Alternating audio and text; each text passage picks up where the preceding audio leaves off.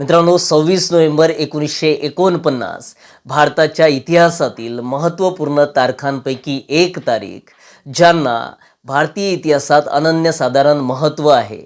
याच दिवशी जगातील सर्वात मोठी लिखित राज्यघटना भारतासाठी स्वीकारण्यात आली. परंतु जगातील ही सर्वात मोठी लिखित राज्यघटना निर्माण करताना कुठल्या अडचणी आल्या, त्यासंबंधी असलेले अनेक पैलू कदाचित आपल्याला माहीत नसतील. जय महाराष्ट्र, जय हिंद मित्रांनो. चला तर मग संविधानाची जय म्हणू आणि बघू भारताची सर्वात मोठी लिखित राज्यघटना नेमकी निर्माण कशी झाली, त्यासमोर कुठले आव्हानं आले, त्यामध्ये कुठल्या कुठल्या घटकांचं कशा पद्धतीने योगदान आहे. तत्पूर्वी तुम्ही जर आपल्या यूट्यूब चॅनलला सबस्क्राईब केलं नसेल तर सबस्क्राईब करून घ्या. व्हिडिओ कसे वाटतात कमेंटमध्ये नक्कीच कळवा. व्हिडिओ योग्य वाटत असतील तर लाईक आणि शेअर करायला विसरू नका. मित्रांनो, असं म्हटलं जाते की भारतासाठी संविधान सभेची सर्वप्रथम मागणी महात्मा गांधी यांनी केली, परंतु या गोष्टीचा कुठलाच लेखी किंवा ठोस पुरावा आपल्याकडे उपलब्ध नाही. परंतु आज नंतर हा व्हिडिओ पाहिल्यानंतर तुम्हाला तो पुरावा शोधण्याचं काम पडणार नाही.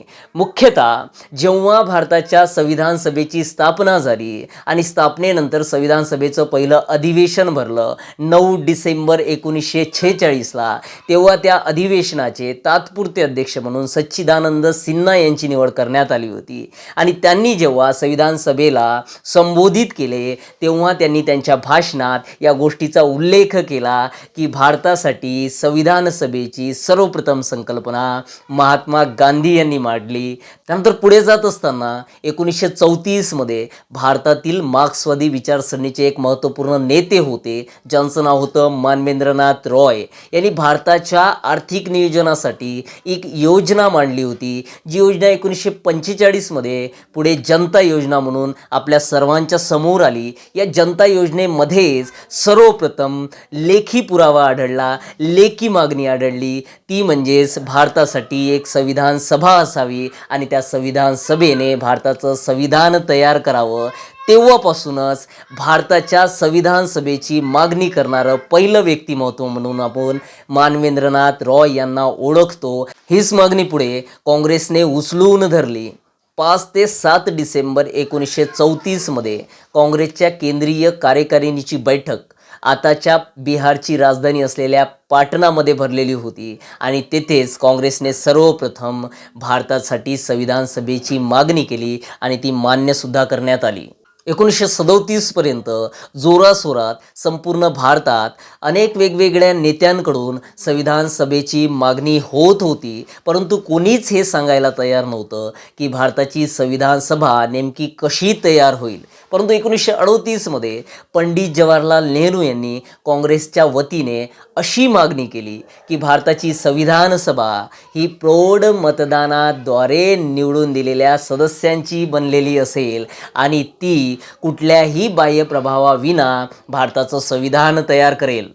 संविधान सभेच्या मागणीच्या इतिहासामध्ये आणखी एक महत्त्वाचं नाव घेणं गरजेचं ठरेल, ते म्हणजे सी राजगोपालाचारी, ज्यांनी 370 कलम, ज्यानुसार जम्मू काश्मीरला विशेष दर्जासुद्धा होता, याचा मसुदासुद्धा तयार केला होता. यांनी 15 नोव्हेंबर 1939ला भारतासाठी संविधान सभा असावी यासंबंधी आवाज उठविला होता. 1939पर्यंत इंग्रज या सर्व मागण्यांकडे लक्ष द्यायला तयार नव्हतं, संविधान सभेवर बोलायला तयार नव्हतं. परंतु 1939मध्ये द्वितीय महायुद्धाची नांदी ऐकायला आली आणि इंग्रजांनी आपल्या मागण्यांकडे लक्ष देणं चालू केलं, कारण भारतातील मॅन पॉवरची, भारतातील सैन्यांची त्यांना द्वितीय महायुद्धात गरज भासणार होती. 8 ऑगस्ट 1940ला तत्कालीन भारताचे व्हॉइसरॉय लॉर्ड लिनलिथगो यांनी भारतीयांसमोर, भारतीय नेत्यांसमोर एक ऑफर मांडली, जिला आपण ऑगस्ट ऑफर म्हणून ओळखतो.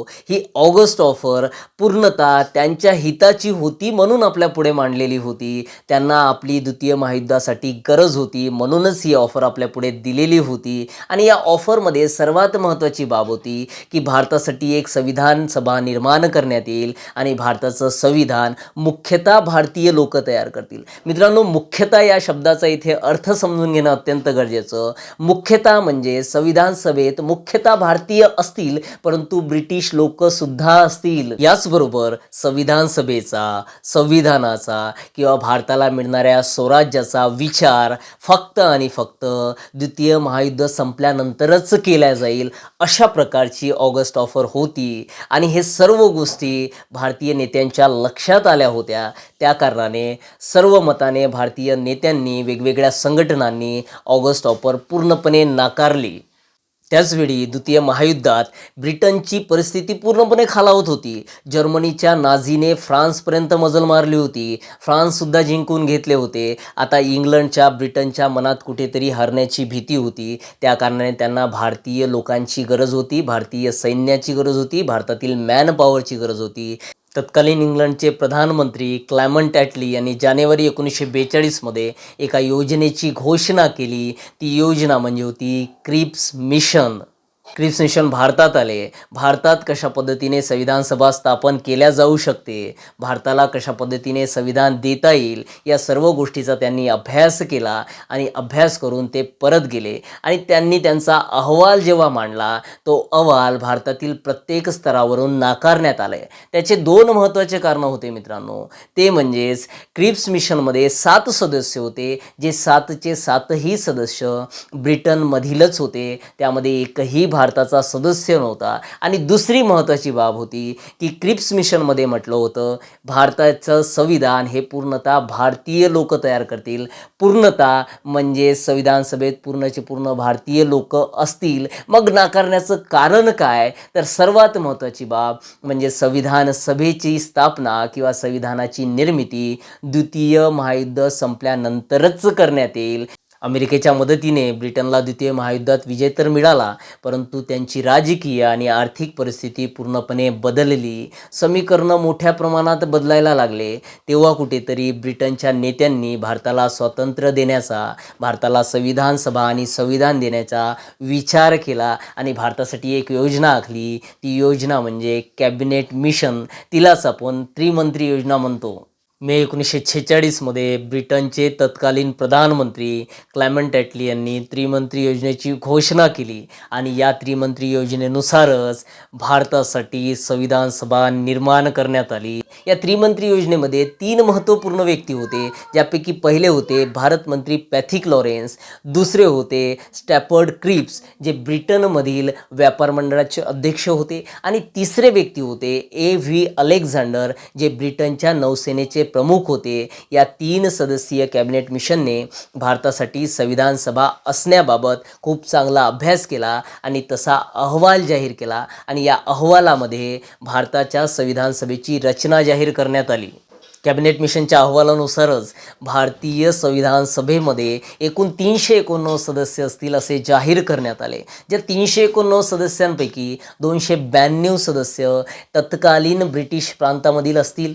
त्याचबरोबर 93 सदस्य हे भारतातील वेगवेगळ्या संस्थानाचे प्रतिनिधी असतील आणि 4 सदस्य हे चीफ कमिशनरांची असतील. हे 4 सदस्य किंवा चीफ कमिशनरांची जे प्रांत होती, त्यामध्ये पहिलं होतं दिल्ली, दुसरं होतं कुर्ग, तिसरं होतं बलुचिस्तान आणि चौथं होतं अजमेर मारवाड. संस्थानिकांनी संविधान सभेस भाग घेण्यास नकार दिला आणि राहिलेल्या 296 जागांसाठी जुलै-ऑगस्ट 1946मध्ये अप्रत्यक्ष पद्धतीने, एकल संक्रमणीय पद्धतीने निवडणुका पार पडल्या.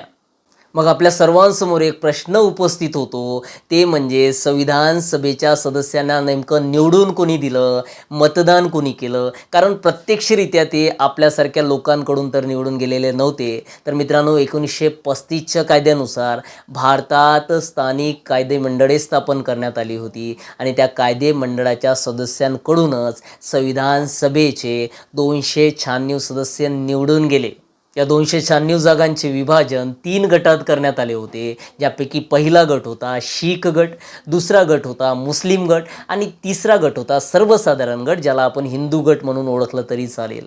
जुलै-ऑगस्टमध्ये या निवडणुका पार पडल्या आणि त्याचे निकाल सर्वांसमोर आले. 296 जागांपैकी 208 जागा काँग्रेसने जिंकल्या. त्या 208 जागांपैकी 199 जागा ह्या सर्वसाधारण गटातील होत्या आणि राहिलेल्या 9 जागा ह्या दुसऱ्या अदर गटातील होत्या. या 296 जागांपैकी मुस्लिम लीगने 73 जागा जिंकल्या, ज्यापैकी 68 जागा ह्या मुस्लिम गटातीलच होत्या आणि राहिलेल्या 5 जागा या सर्वसाधारण आणि शीख गटातील होत्या. त्याचबरोबर राहिलेल्या 15 जागांपैकी 8 जागा हे अपक्षांनी मिळवल्या आणि 7 जागांवर वेगवेगळ्या पक्षाचे एक सदस्य निवडून गेले. अशा पद्धतीने पूर्णपणे निवडणुकीची प्रक्रिया पार पडली. परंतु इथे लक्षात ठेवण्यासारखी एक महत्त्वपूर्ण गोष्ट मित्रांनो, या संविधान सभेमध्ये 296 सदस्यांमध्ये असे 2 व्यक्ती नव्हते ज्यांना आताही भारताचं आणि पाकिस्तानचं राष्ट्रपिता म्हणून ओळखलं जाते. एक म्हणजे महात्मा गांधी आणि पाकिस्तानचे राष्ट्रपिता म्हणून ओळखल्या जाणारे जिना, हे दोघंही संविधान सभेचे सदस्य नव्हते. परंतु सर्वची सर्व सूत्रे बाहेरून पडद्यामागून हे दोघंच हलवत होती. 6 डिसेंबर 1946ला संविधान सभेची स्थापना करण्यात आली आणि 9 डिसेंबर 1946ला संविधान सभेचं पहिलं अधिवेशन चालू झालं. 9 डिसेंबरला संविधान सभेच्या पहिल्या अधिवेशनातील पहिल्या बैठकीमध्ये तात्पुरते अध्यक्ष म्हणून सच्चिदानंद सिन्हा आणि तात्पुरते उपाध्यक्ष म्हणून फ्रँक अँथनी यांची निवड करण्यात आली. आणि सर्वात महत्त्वपूर्ण प्रश्न की हे कुठल्या आधारावर निवड करण्यात आली होती, अशा प्रकारचा संकेत कुठल्या देशाकडून आपण फॉलो केला, तर तो देश होता फ्रान्स. मग सर्वात महत्त्वपूर्ण प्रश्न, संविधान सभेचं पहिलं अधिवेशन कुठे पार पडलं, तर मित्रांनो, आता भारतीय संसदेमधील जो हॉल संविधान हॉल म्हणून ओळखला जातो, तोच त्यावेळी सेंट्रल हॉल म्हणून ओळखला जात होता, जेथे संविधान सभेची पहिली बैठक, पहिलं अधिवेशन पार पडलं.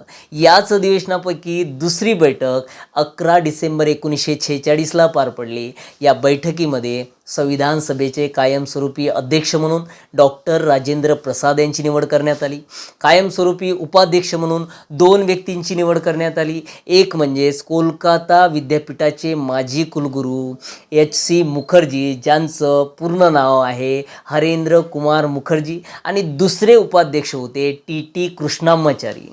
याच बैठकीमध्ये संविधान सभेचे कायदेशीर सल्लागार म्हणून डॉक्टर BN राव यांची निवड करण्यात आली. डॉक्टर BN राव यांनी नंतर आंतरराष्ट्रीय न्यायालयाचा न्यायाधीश म्हणून सुद्धा काम पाहिलेले होते.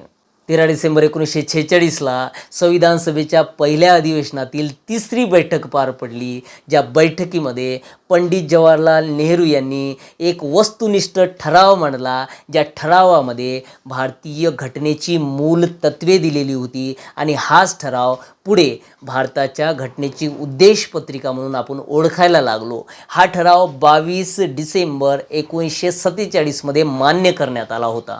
संविधान सभेचे कामकाज सुरळीत पद्धतीने चालू होते, परंतु 3 जून 1947ला तत्कालीन भारताचे व्हॉइसराय आणि भारताचे शेवटचे व्हॉइसराय माउंट बॅटन यांनी एक योजना जाहीर केली, जे भारताला स्वातंत्र्य मिळवून देणारी योजना होती, ज्या योजनेला माउंट बॅटन योजना म्हणून आपण आज ओळखतो. या योजनेनुसार भारतीय स्वातंत्र्यासाठी एक विधेयक तयार करण्यात आलं.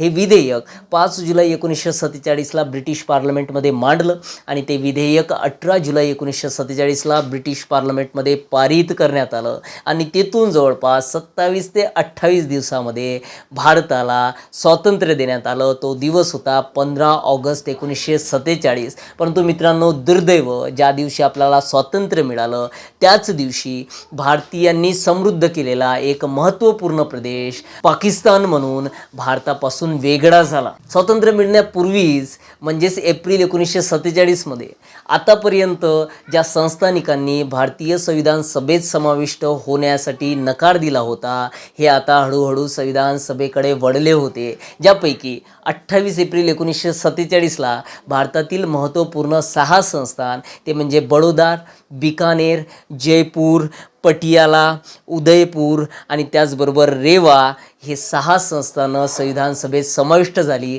आणि स्वातंत्र्यापर्यंत पूर्णची पूर्ण संस्थानिकांच्या प्रतिनिधींचा समावेश संविधान सभेमध्ये करण्यात आला. परंतु मित्रांनो, 15 ऑगस्ट 1947 नंतर भारताला स्वातंत्र्य मिळाल्यानंतर अखंड भारताचे 2 देशांमध्ये फाळणी झाल्यानंतर, पाकिस्तान आणि भारत निर्माण झाल्यानंतर भारतात असलेल्या संविधान सभेच्या स्वरूपात, रचनेत मोठ्या प्रमाणात बदल घडून आला. यापैकी पहिला महत्त्वपूर्ण बदल होता, संविधान सभा ही सार्वभौम झाली. सार्वभौम झाली म्हणजे संविधान सभेला भारतासाठी आता कुठलाही कायदा करण्याचा अधिकार प्राप्त झाला. संविधान सभेवर आता कुठलाच बाह्य प्रभाव राहणार नव्हता. हा सर्वात महत्त्वपूर्ण बदल होता.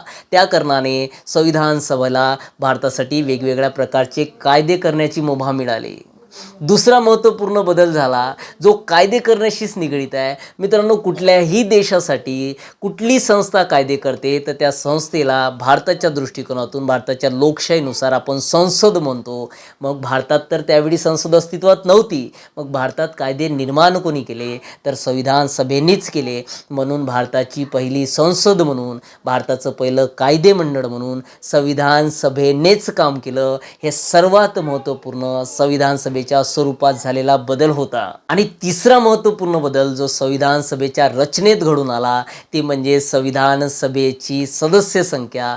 भारताची फाळणी झाल्यानंतर काही सदस्य पाकिस्तानमध्ये निघून गेल्यानंतर संविधान सभेची सदस्य संख्या 299 एवढीच झाली होती. स्वातंत्र्याच्या धामधुमीनंतर संविधान सभेने पुन्हा संविधान निर्मितीकडे पावलं उचलली. संविधान निर्मितीसाठी संविधान सभेमध्ये महत्त्वपूर्ण 8 ते 10 समित्या स्थापन केल्या होत्या. यापैकी पहिली महत्त्वपूर्ण समिती होती ती होती ड्राफ्टिंग कमिटी म्हणजेच मसुदा समिती, ज्या समितीचे अध्यक्ष डॉक्टर बाबासाहेब आंबेडकर होते आणि त्यांच्यासह या समितीमध्ये 7 सदस्य होते. ज्यापैकी पहिले महत्त्वपूर्ण सदस्य होते एन गोपालस्वामी अय्यंगार, दुसरे सदस्य होते अल्लादी कृष्णस्वामी अय्यर, तिसरे सदस्य होते सईद अहमद सादुल्ला, चौथे सदस्य होते डॉक्टर के.एम. मुंशी, 5वे सदस्य होते एन माधवराव. मित्रांनो, एन माधवराव हे मूळ मसुदा समितीचे सदस्य नव्हते, तर मूळ मसुदा समितीचे सदस्य असलेले व्यक्ती बी.एल. मित्तर यांनी यांच्या अनारोग्याच्या कारणावरून राजीनामा दिला होता आणि त्याच कारणाने बी.एल. मित्तर यांच्या ठिकाणी एन माधवराव यांची सदस्य म्हणून निवड करण्यात आली होती. आणि 6वे सदस्य होते ते होते टी.टी. कृष्णाम्माचारी.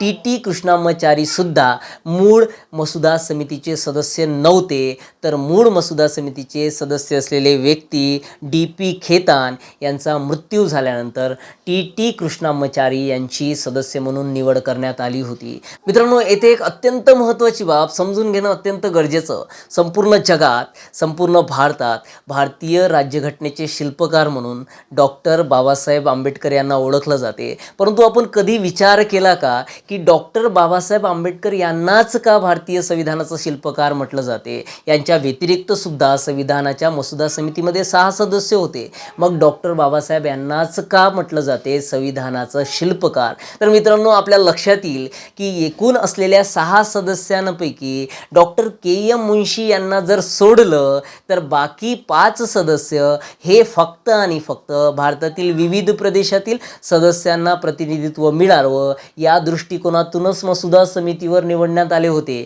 त्यांच्याकडे अशा प्रकारचं कुठलंच विधिविषयक ज्ञान नव्हतं. त्यांचं तशा प्रकारचं कुठल्याच प्रकारचं शिक्षण झालेलं नव्हतं. ते फक्त आणि फक्त उभे केलेले बावले म्हणून होते. त्या कारणाने सर्वची सर्व जबाबदारी डॉक्टर बाबासाहेब आंबेडकर यांच्या खांद्यावर येऊन पडली होती आणि ती त्यांनी 1000% पूर्ण केली आणि भारताला जगातील सर्वात महत्त्वपूर्ण, सर्वात विस्तृत आणि सर्वात सुंदर राज्यघटना मिळवून दिली, लिहून दिली.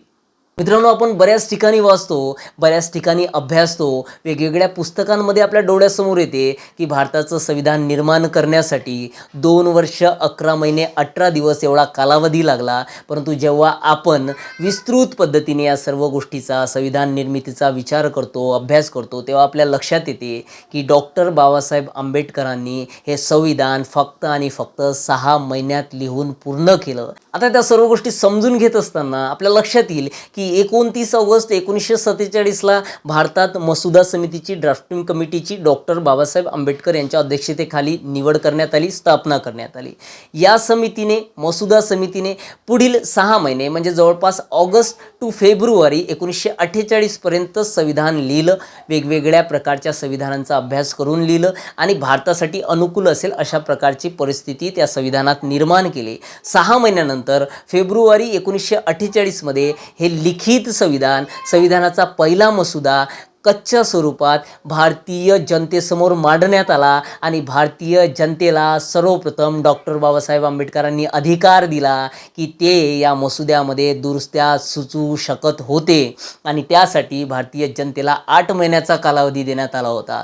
8 महिन्यानंतर म्हणजे जवळपास फेब्रुवारी 1948 ते ऑक्टोबर 1948पर्यंत जनतेने त्यावर सूचना सुचविल्या, बदल सुचविले. ते बदल डॉक्टर बाबासाहेब आंबेडकरांनी मोठ्या मनाने स्वीकारले, ते बदल केले आणि नोव्हेंबर 1948मध्ये पूर्ण मसुदा तयार करून दुरुस्त करून तो घटना समितीचे अध्यक्ष राजेंद्र प्रसाद यांच्यासमोर मांडला. राजेंद्र प्रसाद यांनी सुद्धा त्याचा अभ्यास केला आणि त्याच वेळी तो अंतिम मसुदा घटना समितीपुढे मांडण्यात आला आणि पुढील 1 वर्ष म्हणजे नोव्हेंबर 1948 ते 26 नोव्हेंबर 1948 या एका वर्षाच्या कालखंडात संविधानाच्या मसुद्याचे 3 वेळा वाचन करण्यात आले आणि 3 वेळाच्या वाचनासाठी 1 वर्षाचा कालखंड लागला आणि त्यानंतर कुठेतरी जाऊन 26 नोव्हेंबर 1949ला भारतासाठी ते संविधान लागू करण्यात आलं. हे सर्व पाहिल्यानंतर आपल्या लक्षात येते, आपल्याला समजते की संविधान लिहिण्यासाठी डॉक्टर बाबासाहेब आंबेडकरांनी फक्त आणि फक्त 6 महिन्याचा कालावधीच उपयोगात आणला. याच गोष्टीवरून डॉक्टर बाबासाहेब आंबेडकरांची विद्वत्ता, त्यांचं अभ्यासात असलेलं प्रभुत्व आपल्या सर्वांच्या समोर येते. आपल्याला ते समजून घेणं अत्यंत गरजेचं आहे. संविधानावर वेगवेगळ्या मार्गाने, वेगवेगळ्या प्रवाहातून, वेगवेगळ्या संघटनातून मोठ्या प्रमाणात टीका केल्या जातात, परंतु संविधानाच्या निर्मितीचा इतिहास ज्यावेळेस आपण अभ्यासतो तेव्हा आपल्या लक्षात येईल की हे संविधान किती मोठ्या परिश्रमातून निर्माण झालेले आहे. 26 नोव्हेंबर 1949ला भारतासाठी संविधान स्वीकारण्यात तर आले, परंतु ते लागू करण्यात आले नव्हते. 26 जानेवारी 1950ला भारताचं संविधान लागू करण्यात आलं. परंतु मित्रांनो, आपल्याला माहीत नसलेली बाब, जरी भारताचं संविधान 26 जानेवारी 1950ला लागू करण्यात आलं तरी भारतीय संविधानातील 15 कलमं ही 26 नोव्हेंबर 1949लाच लागू करण्यात आली होती. ज्या कलमांचा समावेश होतो ते म्हणजेच 5, 6, 7, 8, 9, 60, 324, 366, 367, 379, 380, 388, 391, 392 आणि 393 हे 15 कलम 394 नुसार भारतात 26 नोव्हेंबर 1949 पासूनच लागू करण्यात आली होती. अशा पद्धतीने 166 दिवस संविधान सभेने काम करून, संविधान सभेच्या मसुदा समितीने 114 दिवस काम करून जगातील सर्वात मोठी लिखित राज्यघटना, जगातील सर्वात मोठी विस्तृत राज्यघटना निर्माण केली. ज्या राज्यघटनेने भारतीयांना नागरिकत्व बहाल केलं, ज्या राज्यघटनेने भारताला गणराज्य म्हणून जगासमोर आणलं, ज्या राज्यघटनेमुळेच आम्हा सर्वांना सर्वचे सर्व अधिकार मिळाले आणि ज्या राज्यघटनेमुळे आज भारत जगात महासत्ता होण्याच्या मार्गावर आहे. मित्रांनो, आय होप आपल्या सर्वांच्या लक्षात आलं असेल की भारताची राज्यघटना कशा पद्धतीने निर्माण झाली. व्हिडिओ योग्य वाटत असेल तर लाईक करा, मित्रांसोबत शेअर करायला विसरू नका. पुन्हा एकदा एका नवीन महत्त्वपूर्ण इतिहास बदलविणाऱ्या अभ्यासपूर्ण विषयासह भेटू. तोपर्यंत जय हिंद, जय महाराष्ट्र.